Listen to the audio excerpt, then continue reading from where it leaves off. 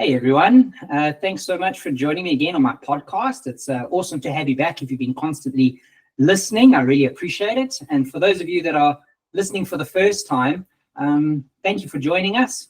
I really hope you enjoy the interview I'm going to be doing today. If it's the first time that you're actually joining us, and for those that are joining us, I hope you enjoy the interview today. But I do ask, if you haven't listened to any of my podcasts before, please go back to the first podcast, have a listen from the beginning, so you can get to know me a little bit better and understand what I'm trying to accomplish here with the podcast that I'm doing and trying to help immigrants make New Zealand their home. And with that today, that's why I've actually got a guest today, Andre Cronje, one of my friends that I used to work with back in South Africa. He's offered to let me interview him on a podcast. And the reason I want to interview him is, at the moment in New Zealand, and I've put it out on some of my other content, people are really struggling in New Zealand at the moment with finding jobs, finding it really challenging. And I know there's a lot of other factors outside of our control with the economy and everything else. But it's just trying to find that first interview and actually trying to get that interview. And, you know, he's got some real nuggets of gold that he wants to share with us that I had to be able to share with the rest of you that can hopefully help not only immigrants, but anybody actually get that first interview so they can actually get jobs, so that they can actually make it work here in New Zealand and make New Zealand home. So with that, I'm going to introduce and hand over to Andre and let him introduce himself. Hey, Andre, thanks for joining us. Right. Thanks, Brett. Thank you for having me. So let's start where I am currently, I think, and then work backwards from there. I'm the general manager of a defense company that's based out of New Zealand. We have a sales office out of Australia. The company is owned by a large defense group in the UK. Yeah. It's been quite a journey on how I ended up there. So we arrived in New Zealand 7 years ago, June, with a wife and 3 daughters. I had exactly about $3,000 in my pocket and two suitcases each. So we were not going to bring a container. We didn't have the funds to sort of, bring any sort of containers or buy anything new when we got here. So we had enough money to put a deposit on a home. And we pretty much went from there. That's kind of what we did. So we landed in Auckland, 12 o'clock in the evening, not really knowing which direction to go, what we were going to do. I had one brother-in-law in Auckland, so he was there to catch us. And then we stayed with him for 2 weeks, and then we moved into our first rental. So New Zealand's been exceptionally good for us for the past 7 years. I must say, it's been a heck of a journey. It hasn't been without our troubles. We've definitely struggled quite a lot. But I mean, all that all contributes to the adventure, right? Yeah, 100%. So maybe tell us all a little bit more, Andre, back in South Africa. What did you do in South Africa? Why did you choose to come to New Zealand? Why the move? Well, in South Africa, I actually started out years and years ago. When I started my work career, I started in sales. I was selling braais at a hardware store, believe it or not, in Edenvale. Barbecues, hey? Braais and barbecues. Yeah, exactly. That's where we started, right? So I went from there, and I sort of took a pay cut, and I was lucky enough to move into the IT industry because my cousin knew someone that got me a job, right? So I started working for 3,000 Rand a month and started cleaning keyboards in the IT industry. And I sort of built it up from there. Gained a bit of experience, ended up working at Anglo Platinum for a while as a contractor. There, I actually I moved into the telecommunications. The guy that did the telecom sort of didn't show up for work, so I sort of fell into doing the telecom stuff right back in the days of old PABXs. So I did all the telecom stuff with all the wiring. Sort of did that for a number of years. Then during that time, I actually joined the police as a police reservist. Yeah. So I spent about 10 years as a police reservist in South Africa too. Okay. Did a number of things, everything from complaints to roadblock task team. We did some high risk warrants. So there was a number of things that I did over there. But that was in my spare time, right? It's a bit of a strange hobby to have, I suppose. But we all have our things. So that's a hobby that I had. So I worked in the police, and then I sort of built my career in the IT and telecommunications space. Yeah. Then I moved to Bytes Communications. From Bytes Communications, I moved over to a company called Atia, which is where we met. Obviously, we worked together at Atia, right? Yeah. So I was just a normal IT techie or a telecommunications techie. I was going from client to client, sort of fixing issues, fixing faults, fixing mistakes. Yeah. Then I had an idea for a telecommunications system to actually work underground in South Africa in the coal mines, right? Because my dad used to work in the coal mines for years. Okay. And I had a conversation with him one day, and he explained to me the struggles they have with telecommunications. And I had this idea of, I wonder if this will work for a power line communication system. It's all just in my head, right? Yeah. So I took a chance one Monday morning, and I stopped at one of the mining companies in Boksburg, walked in the front door, sort of said, hey, can I have a meeting with your GM, please? I'd like to talk to the guy, and fully being expected to be told to be on my way. I actually called him, and the guy's name was Gavin, a heck of a nice guy. He came down, and he actually gave me 15 minutes to do this impromptu pitch. Okay. Right. So I did this impromptu pitch with a motorcycle helmet and a leather jacket on my hand. Anyway, so I did this pitch, and he sort of looked at it and went, I think there might actually be something there. We'll call you back. So I left, never thought I'd hear anything from him again. So I went about my day. And about 2 days later, he called me back again. So I did a second pitch of this idea that I had in my brain. Yeah. And about 2 weeks after that, he called me back up again and said, all right, we're willing to try this, invest in this idea of yours, but we want you to come and sell it.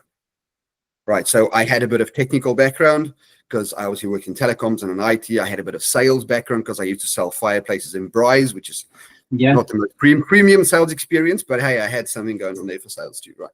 And I did this pitch, and they offered me a job. So that's actually why I left the telecommunications industry, and I ended up in the mining industry, working for a mining company. Within about 6 months, I found myself as being head of their R&D department. So I was running about 6 or 7 different R&D projects, of which one was my idea. And I was going out to the mines every day. This is the best job that I've ever had in South Africa. 2017 was a phenomenal year for us in SA, right? I really loved what I did. Yeah. And then one of my daughters almost got abducted out of a chain store. My wife was in one of the large chain stores in South Africa, and with my mother-in-law, and my daughter was 3 at the time. And 2 gentlemen walked past, grabbed her, and almost got out the door with her. Luckily, some of the other people intervened, and there was security at the doors. They sort of blocked off everything, and these 2 chaps sort of pushed their way through, dropped my child, and ran away. Yeah. And after that, with everything that I've seen during my work in the police in South Africa, that being the straw that broke the donkey's back, me and my wife sort of had a conversation and decided, listen, and about a year or 2 before that, my brother-in-law actually moved to New Zealand.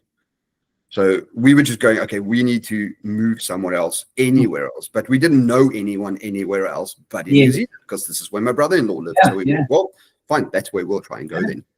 So I took all the leave that I possibly could. I sold my motorcycle, liquidated some of my assets, got on an airplane, flew to New Zealand. I spent exactly 2 weeks. Everyone told me 2 weeks is not enough to find a job. You cannot find a job in 2 weeks. All right. Even one of the agents that I spoke to said to me, you're wasting your time going for 2 weeks. You need to go for at least a month to 2 months. You're not going to find a job. Yeah. I just figured, well, I'm going to have faith in this leap of faith. I'm going to do what I can. Right. So I jumped on the plane. I came across for 2 weeks. I attended probably about 5 interviews. Yeah. In 2 weeks, went back home, got home, no job, no nothing. I thought, well, we'll save up for 2-3 years. I'll give it another go. And probably about 2 weeks after that, I got a phone call from one of the interviews, and they sent me a job offer. Right. The job offer was at a media company in Auckland, and it was a door-to-door salesman job for $56,000 a year. Right. So that's what I started on. Yeah. So most people will tell you, if you're not earning $100,000 a year, you're not going to make a living in New Zealand. Right. We moved here, a family of 5, me, my wife, and 3 kids, on $56,000 a year and $3,000 in our pocket. Yeah. The visas did everything. We flew across, and this sort of now flows into where I told you where we landed in Auckland Airport. And I said to my children when we came across, anything you pack in your 2 bags, it doesn't fit in those bags, you no longer own. We gave things away. We sold everything. I quit my job, did everything. We got on a plane. We flew to Auckland, $56,000 a year. So I'm going to be a little bit transparent about the financial stuff, because I think it's important for people to know. We put down a deposit on a house. When a rental, we rented the home. We were lucky enough to find one in about 2 weeks. Moved into the rental property, and I took home $820 a week. My rent was $620. 1 week we would pay the rent and buy food, pay the rent and pay our little car.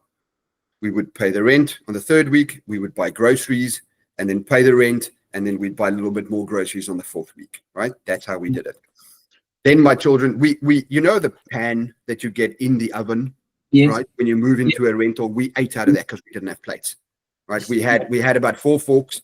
And the day before I started working, me and my wife took a walk down to Countdown, and I could either buy underarm spray or I could buy hair gel, not both, right? That's the money we had. I think we had something like $25. That's it.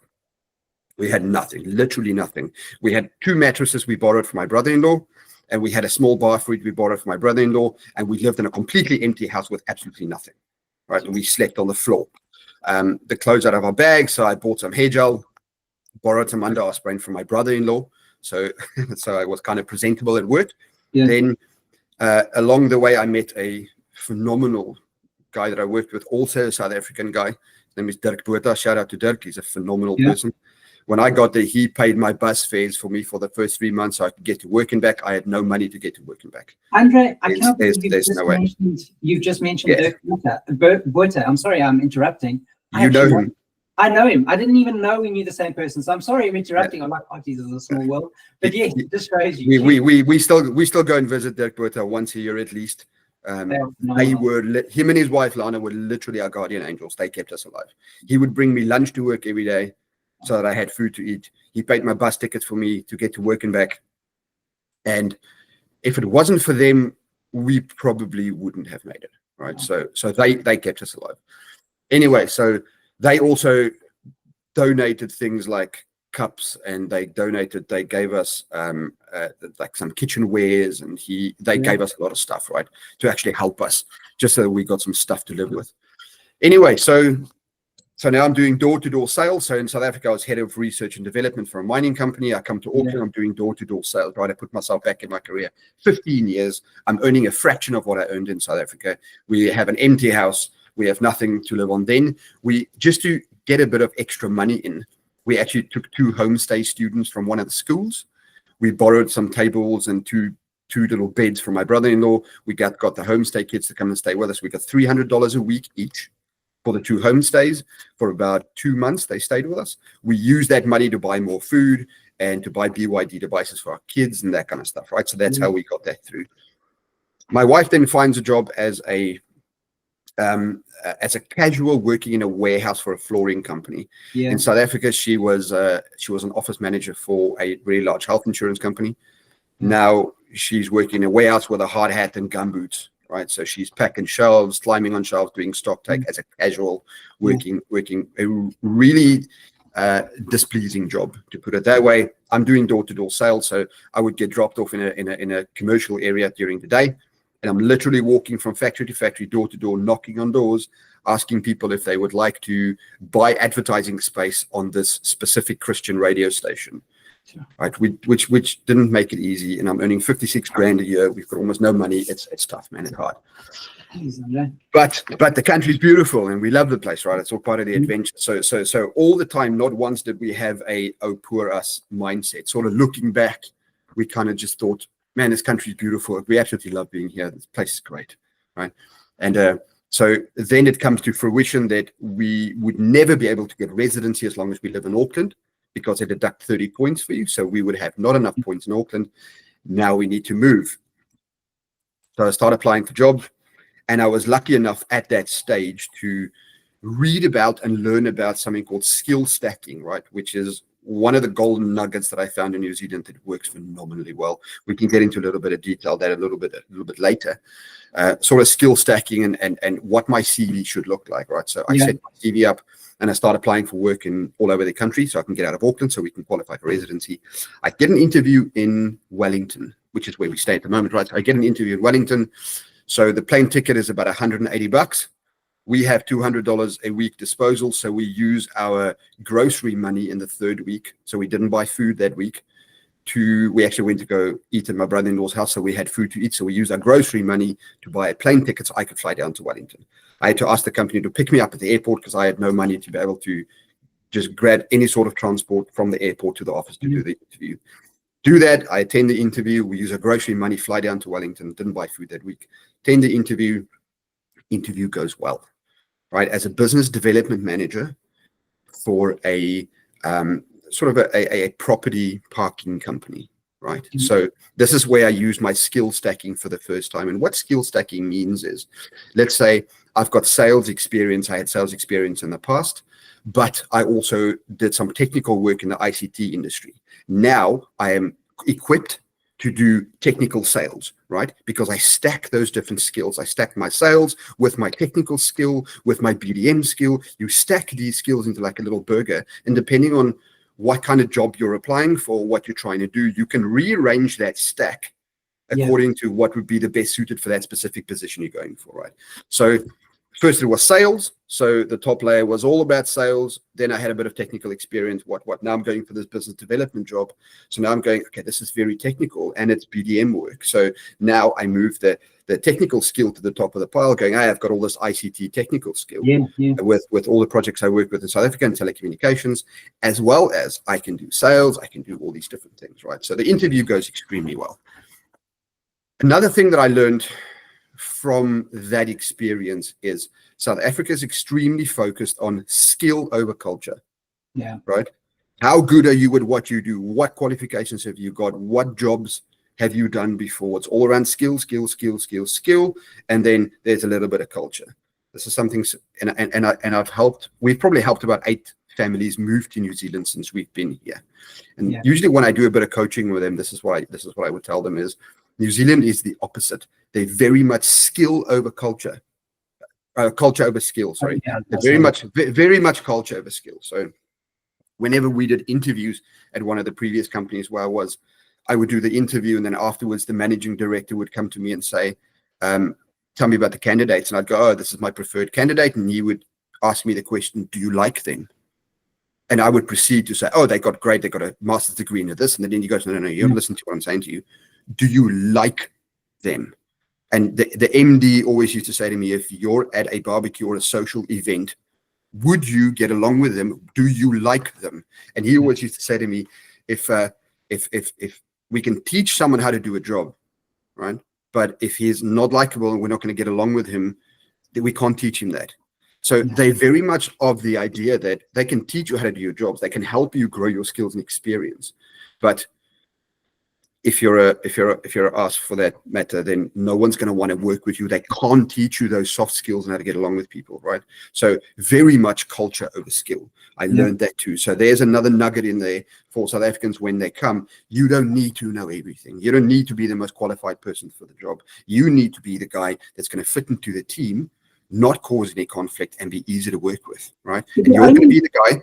You're going to be the guy when the chips are down. And they're going to go, who's the guy that's going to be there having your back? People need to point to you. He doesn't know everything, but man, this guy's going to be there to help us. That's what they want. They want that cultural component. So, Andre, is that relevant only to South Africans, or is it any immigrant?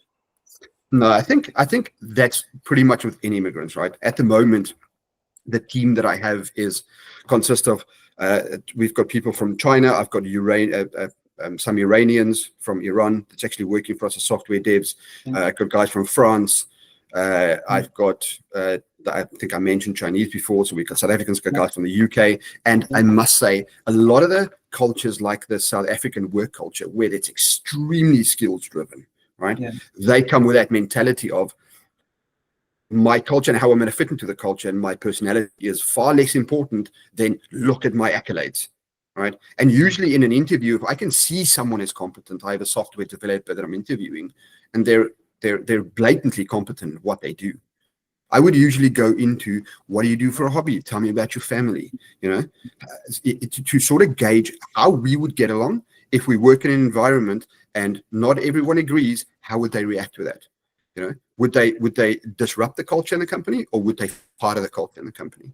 And that is a huge thing in New Zealand, right? We would rather go for someone that would be a fit for the culture, that is not as qualified as the most qualified person, but is going to be a toxic individual, right? Where in South Africa, in my experience, and I just want to add a footnote to this, everything I say is in my experience. I'm not saying this is the way it is. This is how I experienced it, right?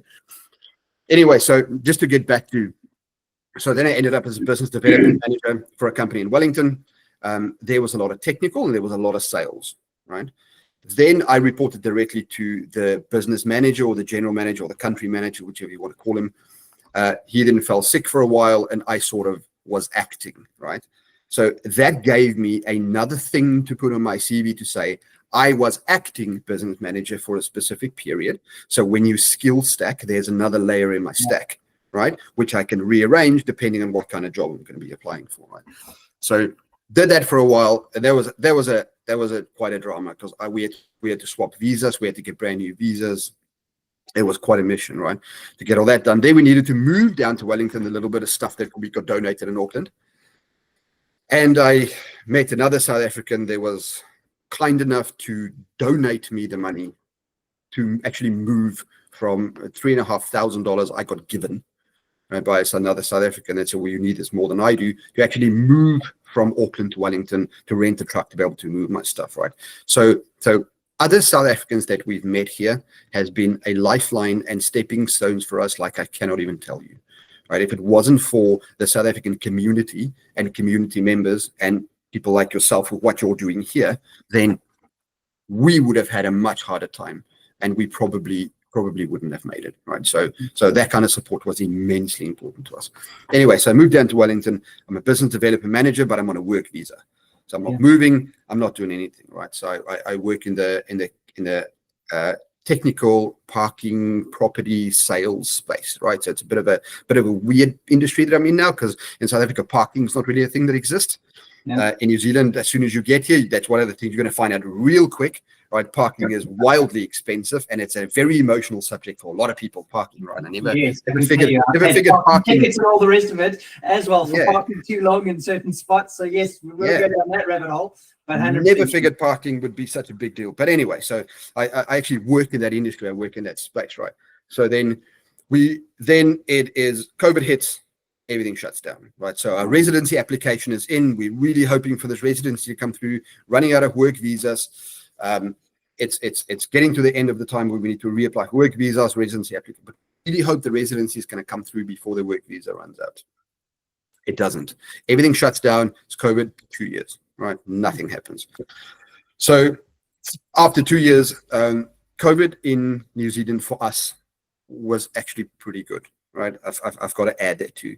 If you could have been anywhere in the world during that period, I think New Zealand was a pretty good place to be in, right? I know there's a lot of talk about all the different lockdowns, and Auckland was locked down for so long. And where we stayed, we had a little back garden and a very tiny place, very tiny. I mean, the house we lived in Wellington when we just moved here would fit into my garage in South Africa, right? I kid you not. With a sliding door we could open, I had a little garden outside. Me and my wife set ourselves up. We worked from home opposite each other. It was beautiful weather pretty much every single day. So we were outside in the garden. We were just spending family time together. For us, it was a really good time, right? Okay. We worked from home. The whole family was together. We were in this absolutely beautiful environment. And in the first year or two that you're in New Zealand, you're still in the honeymoon phase. Like, everything just blows your mind, right? It's so beautiful. And it was so peaceful. It was great, right? It was a bad time in history. It was a pretty good time for us, right? It wasn't bad. It was actually pretty.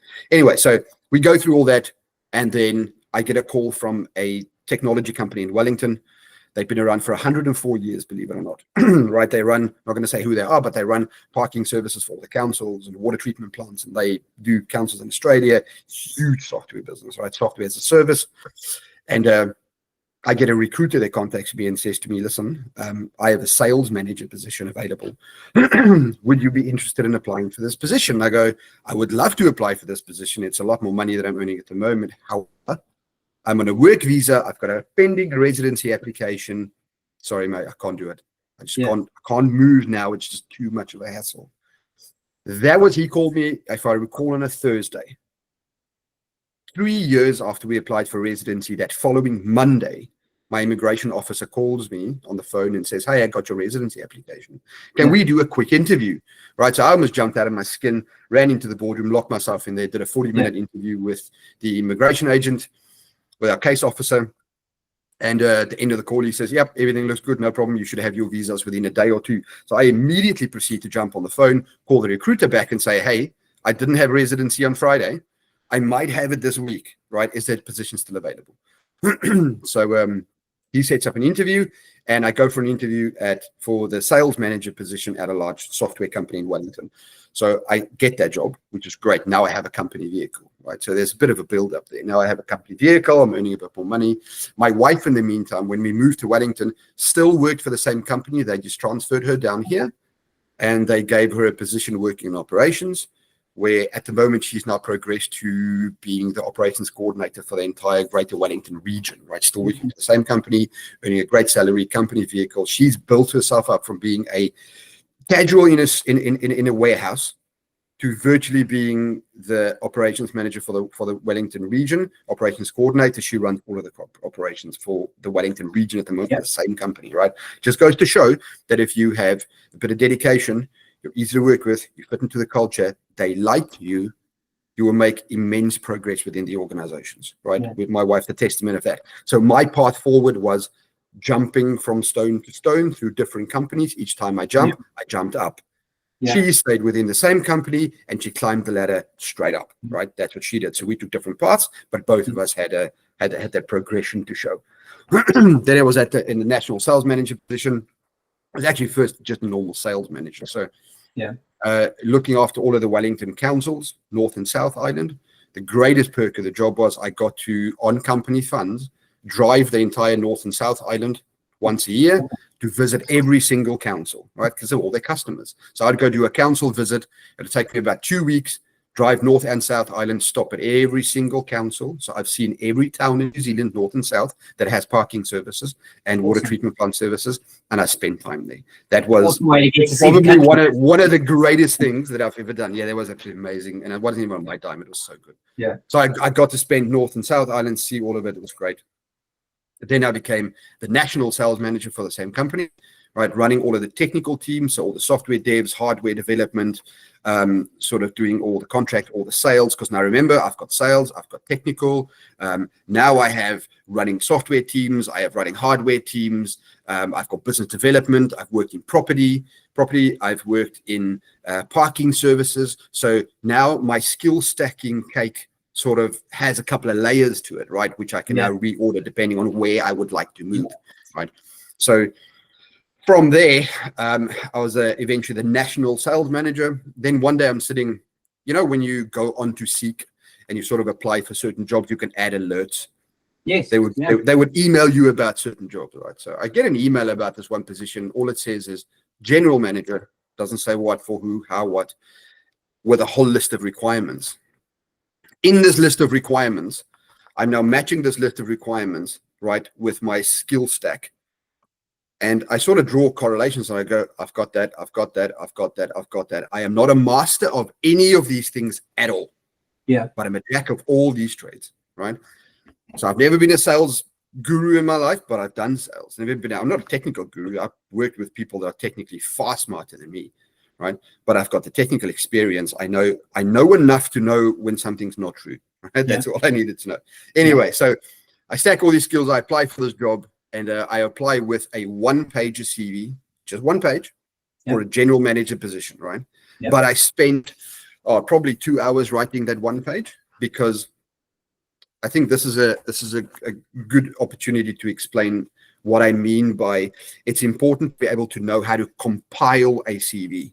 Because when you talk to recruiting agents and that kind of thing, everyone goes on about a New Zealand format CV. So I've now asked a number of recruiters that I work with, what does a New Zealand format CV look like? And they all look at me like I'm crazy. They go, I don't know what you're talking about. Yeah. And then people that I work with at all these different companies where we did recruitment, I would always say to the HR lady, the recruitment people, the recruiters, the general managers I used to report to, I say to them, can you explain to me what a New Zealand format CV looks like? And no one knew what I was talking about.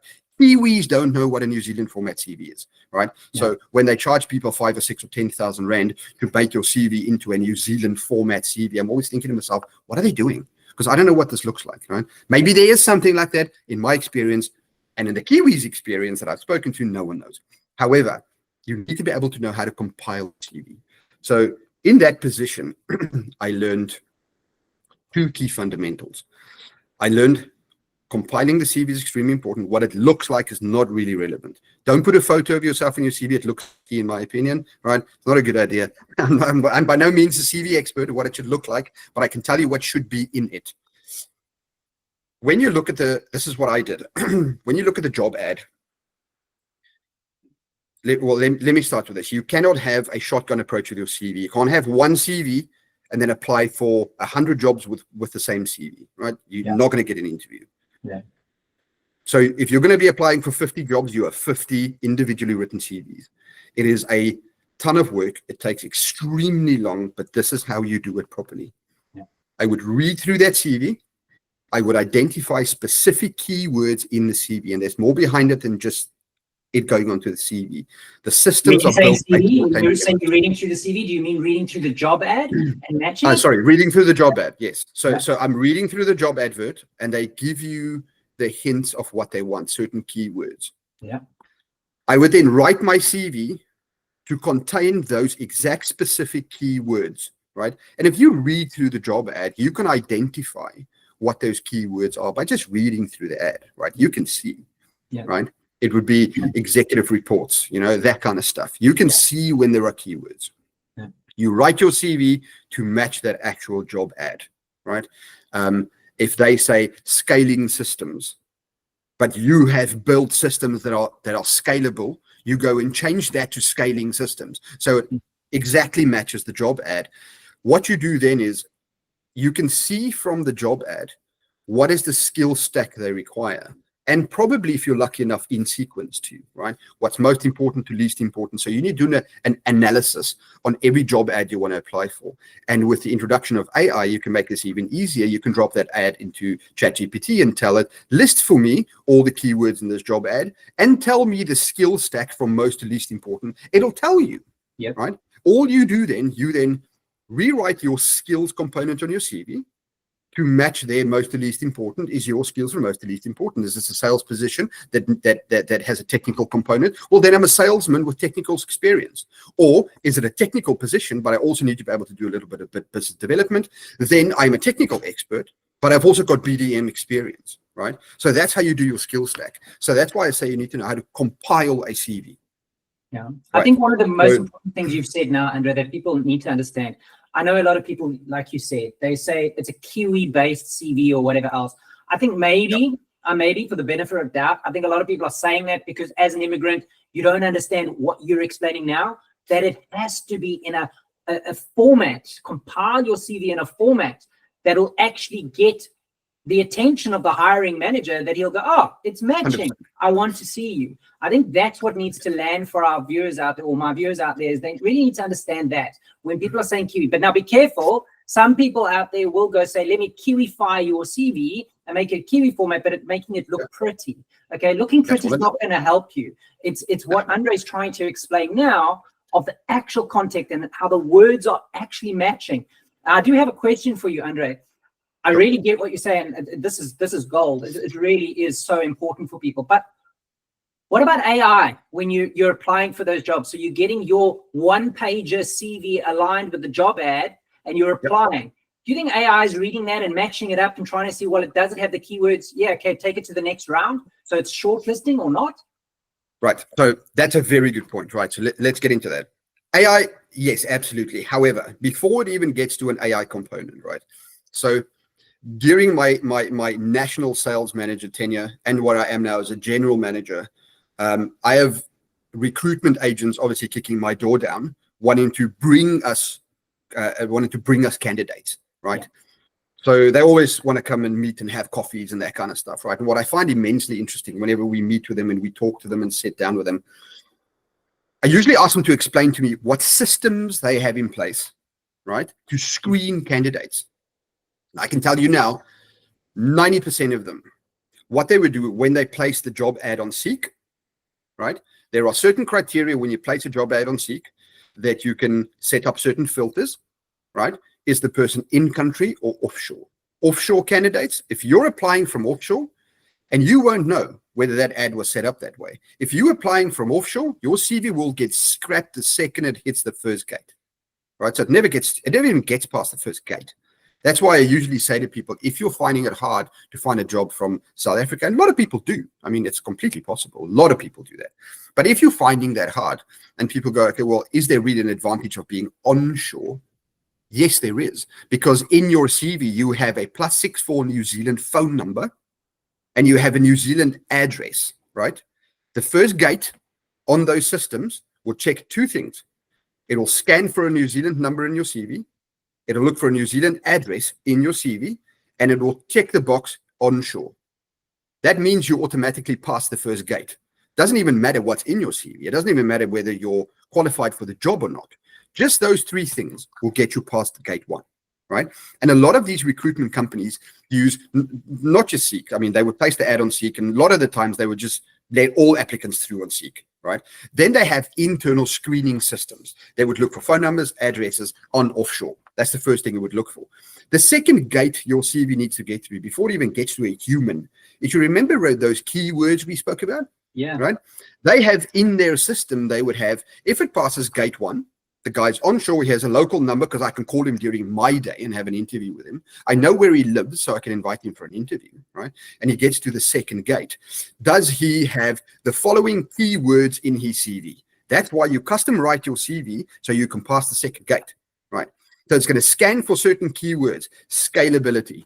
It's going to look for management experience, business development, technical. It's going to look specifically for ICT, IT, CAS, and SAS, for instance, right? If you're applying for software as a service roles, that kind of stuff, it'll scan those keywords. ChatGPT, right in the beginning, had already told you what those keywords were. Make sure they're written word for word in your CV, right? That means now you will pass the second gate. So now you understand how the recruitment systems work to pass those gates. None of this has to do with your skills. None of this has to do with your qualifications or experience. All this has to do with is, do you know how to write a CV?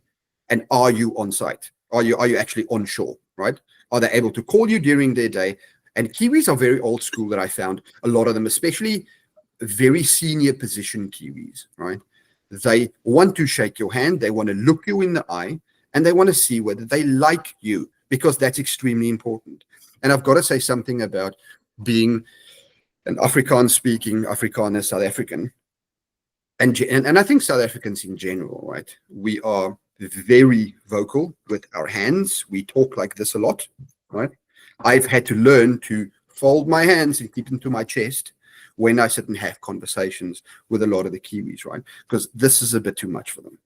Also, we are really used to being, and we're comfortable with being confrontational when we need to be, right? Because that's the work environment where we come from, right? We have a stand your ground mentality. I will stand my ground, right? And I will argue if I have to, and if someone cuts me off in traffic, is going to know all about it, right? Because it's the South Africanness that gets brought up within you when you live there, because that's our way of life. Here, that is not their way of life. They quickly pick up on that, and it is rather distasteful. They are not a big fan of the confrontational component of, and I had to learn that, right? Luckily, I worked for a extremely direct Kiwi. There was very experienced in this sort of stuff, and they had worked with a lot of South Africans. They coached me a lot when I was at the software company. To elaborate on that a little bit more for the greater audience, because what I'm meaning is you've explained what a South African is like, culture like, or what we are with our body language, way we are in the work world, okay, because we've had to be, but that's South African. Try and rather for the broader audience, so it wouldn't only benefit immigrants, South Africans, but all immigrants. What is Kiwi actually looking for? What is the culture they're actually looking for? Expand on that for us a little bit, Andre, if you can. Okay, so a very good way to approach that is, this is what I had to do, right, in order to get myself to be palatable, if I can put it that way, right, is not be extremely vocal with my hands. I needed to tone down my voice a little bit, because I could be rather aggressive in my way of speaking. Tone down my voice a little bit, and then if I can sort of use it in this sense is, when I spoke to Peter, for instance, let me give an example. I spoke to him one day, and we were actually talking about movies, right? And I said to him, "You really have to watch this movie, right? It's a good movie." Because in South Africa, we would go, "You got to watch this movie." And he said, "Can I give you a tip?" I went, "Yeah, sure, of course." He goes, "Don't tell me what I have to do, because I don't have to do nothing." Right? A good approach would be I would highly recommend, this is a good movie, and I think you would enjoy it. Right? So there's just a little bit of a softer approach on certain things, right? Instead of us being a little bit blunt sometimes, approaching a situation with, instead of statements, approaching a situation with questions. So in a meeting, someone would say something and I would go, "Well, I don't agree with that." That's a statement. Or I would go, "Do you maybe think that would you be open to a different idea, right? So I have changed my statements to questions a lot more, because questions are a lot more palatable, and it actually invites a bilateral communication. Whereas every time the South African in me comes out a little bit, I would go, oh, whoa, I don't agree with that, right? Because from my experience, I know, right? This, and this, right? Accept me because I'm correct. My logic is undeniable, right? That is how I'm used to operating. But when I came here, I would rather stick up my hand, wait for your turn, and then just say, are you open to a different point of view? Don't you think if we maybe do this and this and this, we could plausibly have this outcome? What's your view on that? And that opened a lot of doors for me, I must say, from a cultural perspective. Instead of being direct and confrontational, I would rather raise concern and invite conversation, right? So being just a little bit softer in that way. However, I can also add, don't not be your South African self, right? From my experience, they have a lot of respect for us. They like South Africans in general. They find us to be extremely hardworking people, and they find us to be, and I've been told before, honest, family-orientated people. We can just be a little bit abrasive sometimes. So if we can just take that abrasive edge off a little bit, right, in approaching situations with questions and inviting dialogue instead of being direct and confrontational, that rounds us off so well. We're likable, we're easy to work with. If you can do that, likable, easy to work with, we're hardworking, we're really family-orientated people. Some of the older Kiwis are really much like that. So that then puts this whole package together for them, right? Which, and I just found those tips just to be extremely helpful. Just to get back to, we were still busy with the different systems, right? The internal systems. So you've got now, you've got the job ad, you wrote your CV properly, you got past gate 1, you got past the second gate.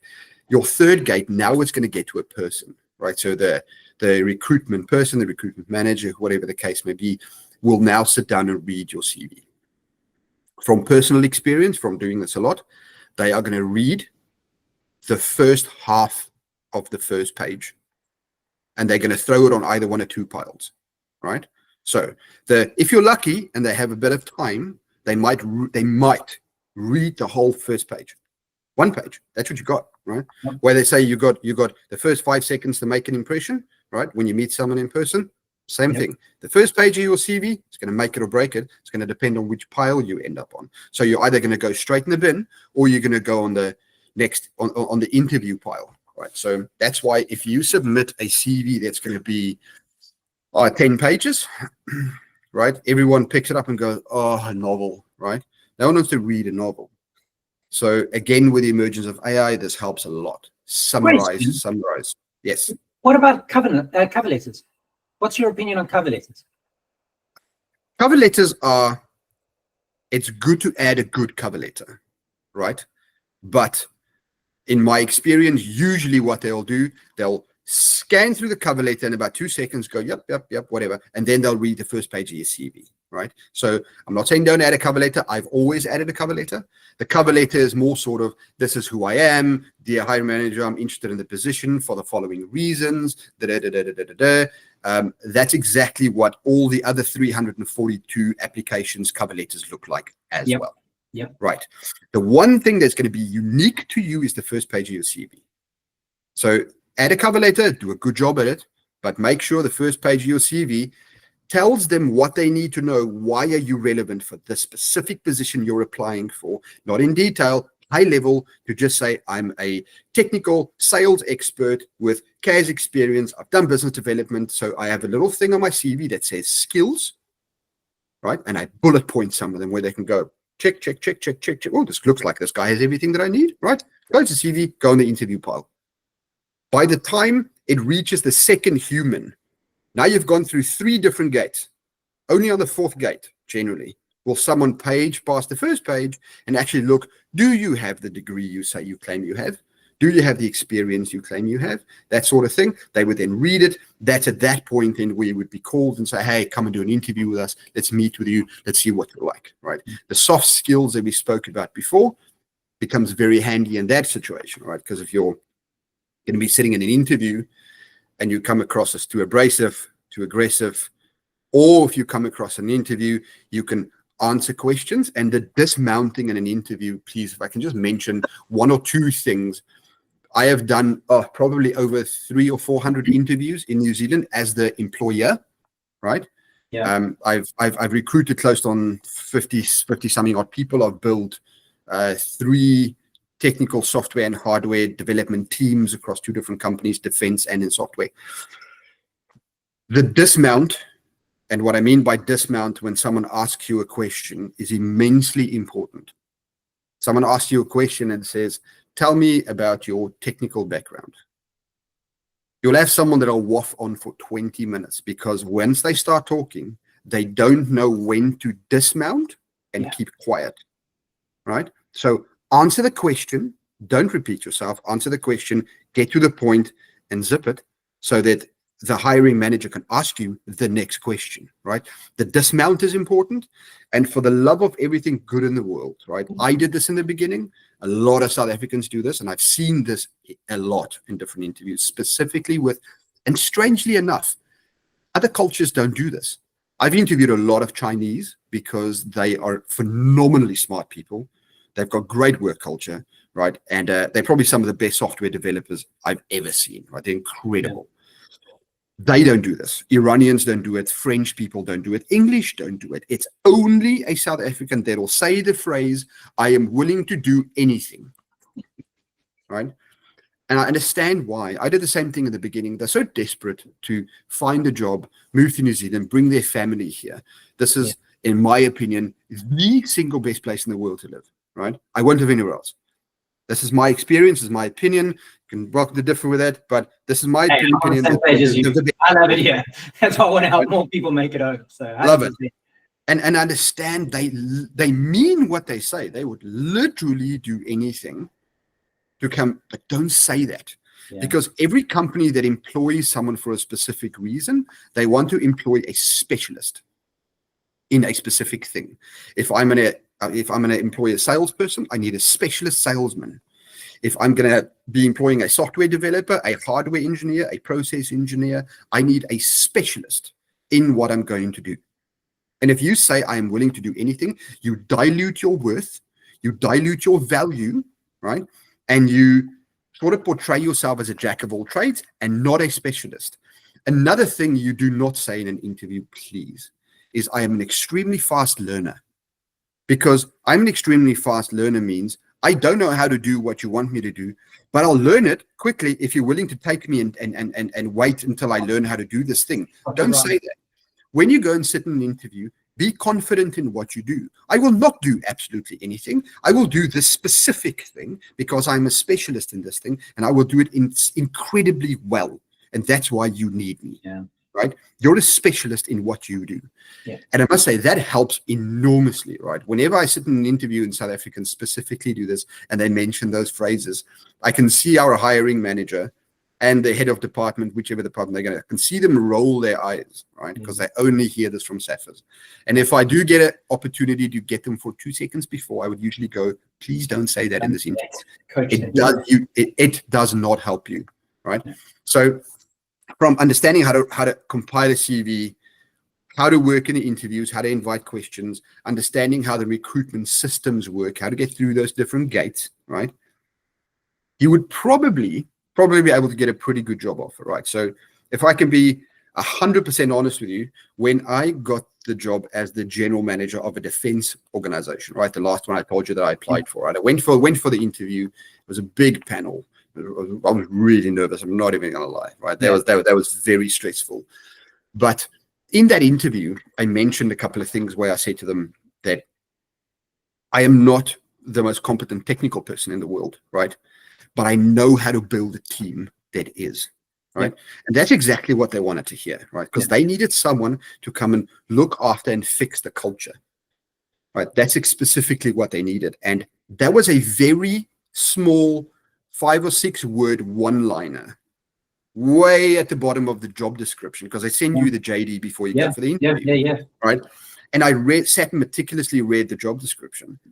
And right at the bottom, they mentioned that they would want someone to come and fix the culture. And I thought to myself, well, that's probably the hardest thing to do that they've got listed on the CV, right? The contracts and the business development stuff and all the software, hardware, all this. These are all skills that we all have, but I can go to another guy that knows more than me and get help, right? If you don't know how to rebuild a culture within an organization, you don't know how to employ the right people with the right cultural approach, that's a mess, right? So I must say I chose that because I picked up on that's something important in the job description to them.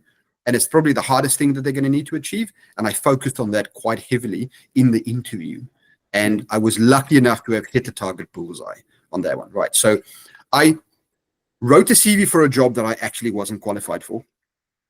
I managed to secure an interview for a job that I wasn't qualified for, right?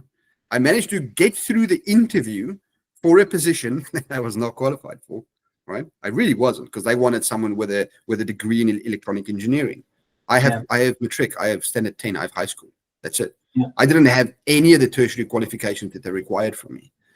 But when I sat in the meeting, I didn't have the technical skills, the background, none of the stuff they particularly required from me. But they liked me. And they liked me a lot, right? So I've been in the position now for 3 years. I've rebuilt the entire company because COVID ravaged the company, right? There was probably a quarter of the staff left. I've now rebuilt it to where we had double the staff we had before COVID, right? So I've probably built another 20, 30 odd people on top of the team that we had.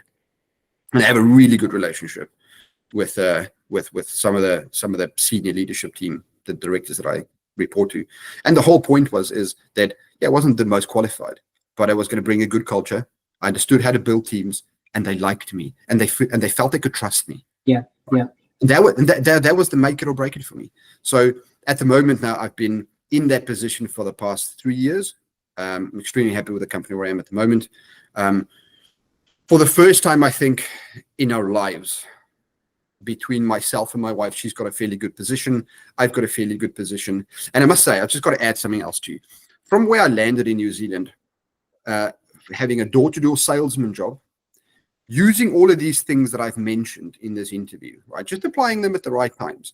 I went from door-to-door junior, do you remember junior door-to-door salesman to being the general manager of one of the largest defense companies in Australasia in 4 years. 4 years. It took me 4 years. I've been in the country for 7 years.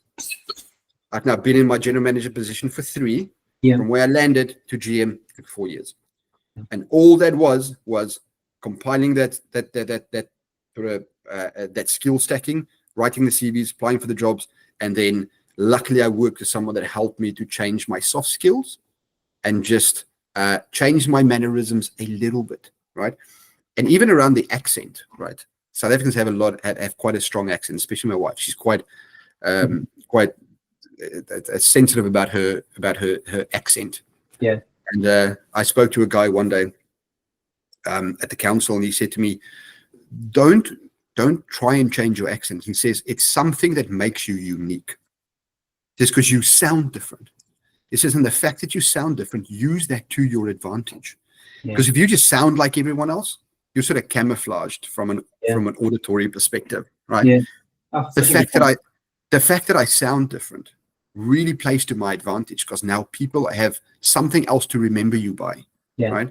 And what was that guy at that company, the South African guy, right? So they're going to remember me because I'm from a different background and I sound a little bit different. So don't be self-conscious about your accent. It's a good thing.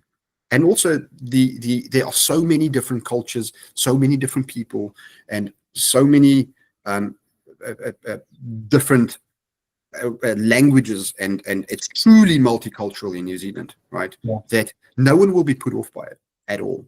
So I just want to mention that to the South Africans too, because a lot of us that come across, a lot of us go, I sound a bit different. I've got an accent. I've heard that. I've had guys say the same, especially absolutely. The South Africans from an Afrikaans background. They've often said that to me. So I'm glad you've added that on, which is so important. Andre, look, I think what you've shared with us today, I'm so grateful. I think there's gold here today that's really going to help people. I think currently, as it stands in New Zealand at the moment, I can see it with the audience. A lot of people are really struggling with finding those jobs. Never mind people outside the country just trying to get in. That's one thing, to try to be able to move here. But there's people that are on the market at the moment. We've just come out of a recession, or on our way out of a recession. So the market is tough at the moment. So I think this is gold to try and help people, and not just South Africans, not just immigrants, actually anyone on trying to find a job. I think you've highlighted some things that are so important, and I've been smiling through this whole interview because I've done a lot of interviews as well here, and I've been hiring a lot of people too. And the stuff that you're saying, it's like, yep, tick, yep, that's why I put it on that pile. Yep, I rolled my eyes. 100%, it's gold what you've shared here. So all I can really do is just thank you a hell of a lot, Andre, for taking the time to share with us, to try and help others. So it's like paying it forward, to try and help them just be able to secure that job. And not only what you shared around a job here, Andre, I really just also want to thank you for opening up and telling us a little bit about your story. I mean, it's unbelievable how you came across here with your family with literally nothing, okay? And how you've built your way up. You have shown grit that is like the true meaning of grit, okay? There's people that come across with way more than you, and we complain a lot. But to come across with what you've come across to make it work, I think that's also what I want people to see, is that it's tough out there, but you still can make this work. This still is a beautiful, if it's something you want enough, you will fight for it and you'll make it happen. And you just got to keep 100%. going, and you never give up. So I really appreciate it. Maybe, I know I've said a lot, but I want to close with you. Maybe, what are the key things you would like to be your message, to just land with the audience? What are the key things you want them to take home? Just let's finish up with those so that they can hear that from you. Moving to New Zealand is a real commitment, right? And I always say to people that this country will give you what you give it, right? And it really is. And that's truly, and I mean, I have a deep love for South Africa, but I can definitely say that's not something that I found there. I gave it my everything, and it didn't give it back to me. Yeah. My story is just, if you come to New Zealand and you give it a good attitude, whether you struggle or not, right? Get out, man. This place is insanely beautiful, right? There's so many gems all around. There's waterfalls, there's walking trails, there's all sorts of things, right? Get out and enjoy this country. Yeah. And the other thing is, become a part of the communities when you get here, right? There's no point in sitting in your home and going, oh, well, I don't feel at home in New Zealand. How many Kiwis have you gone out with? You know, yeah. How involved have you gotten in the Maori culture? You know, spend a bit of time with these people. They're amazing people, and they like the South Africans, but they're not going to reach out to you first, right? When you're at work, make friends with them. Go out from them, learn from them, right? Something that we should not do is, in all of our conversations with them, we're always used to, I see a lot of South Africans do this. We go, oh, back home in South Africa, we this. Don't do that, right? It's one of those other little things that we just need to calm down a little bit. We're in New Zealand, so when I feel the urge of saying, well, in South Africa, we do this and this, I rather go, well, in New Zealand, I see that you do this and this and this. Why is that, right? It makes it so you're truly inquisitive about the place and the situation you're in now, and they really like you, right? And if you commit to this country and you really do well, you work hard, like, you will get somewhere. I tell you now, you will get somewhere. If you have a good mindset, you have a good attitude, and you really embrace this country and its culture, right? I can tell you now, you will get somewhere. I have so many South African friends that have come to New Zealand and have been immensely successful, like you cannot believe, right? I have one specific case of a good friend that came across, and they lived in their car for the first, I think, 3 weeks. They bought a little car. They lived in the car. His wife and children sat in the reception area of his business while he went to work every single day, right? This is how they worked. They suffered 10 times worse than us. At the moment, he owns a massive plumbing and electrical business he built from the ground up. It's boats and jet skis and Ford Rangers and all sorts of things you can imagine, right? Because they had the grit to get through the hard part. They got to residency, then they built something, right? And if you have the grit to get through the hard part, make it to residency, and that proverbial noose is off your neck and you can start doing something. And if you put a bit of effort in there, you will have unparalleled success. I tell you now, and happiness is peace, right? I always say this. happiness is peace. If you've got peace in your household, you've got peace at work, you've got peace in your country, you've got peace in your private life. That is the happiness is a side effect of peace. New Zealand is a manifestation of peace for me. Right? Get through the hard bits. It's not going to be easy, but if you can do that, you can get to the peaceful stage in your New Zealand journey. Oh man, it's good. It's so good. Oh, Andre, thank you. I couldn't have closed any better. That's really awesome. So thank you. I have no doubt this is going to help a lot of those people out there, be it immigrants or not, that are really struggling to find their jobs. So thank you for sharing this insight. It's a pleasure. Thank you for having me. Extremely helpful. And I really appreciate it, Andre. So you must take it easy, and we'll speak soon. Thanks, Brad. Okay, ciao. Take care.